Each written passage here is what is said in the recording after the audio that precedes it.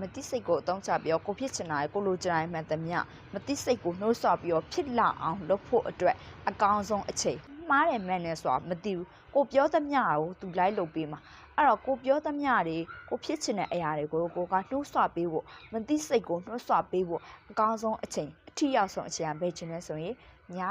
အိယာဝန်ကနေအချိန်နဲ့အဲ့တော့ကိုဖြစ်ချင်တဲ့မှန်သမျှကိုလိုချင်တဲ့မှန်သမျှကိုကမတိစိတ်ကိုဘယ်ချိန်မှနှိုးဆော်မလဲဆိုရင်ကိုညမအိတ်ခင်မှာကိုပြောပြီးမြဲဥမာကိုယုံကြည်မှုရှိတဲ့တရားဖြစ်နေတယ်ဆိုရင်ငါယုံကြည်မှုရှိတဲ့တရားဖြစ်တယ်ကိုကအမြင်နဲ့ဒီဇိုင်နာတယောက်ဖြစ်ချင်တယ်ဆိုရင်ငါကအောင်မြင်တဲ့ဒီဇိုင်နာတယောက်ဖြစ်တယ်စသဖြင့်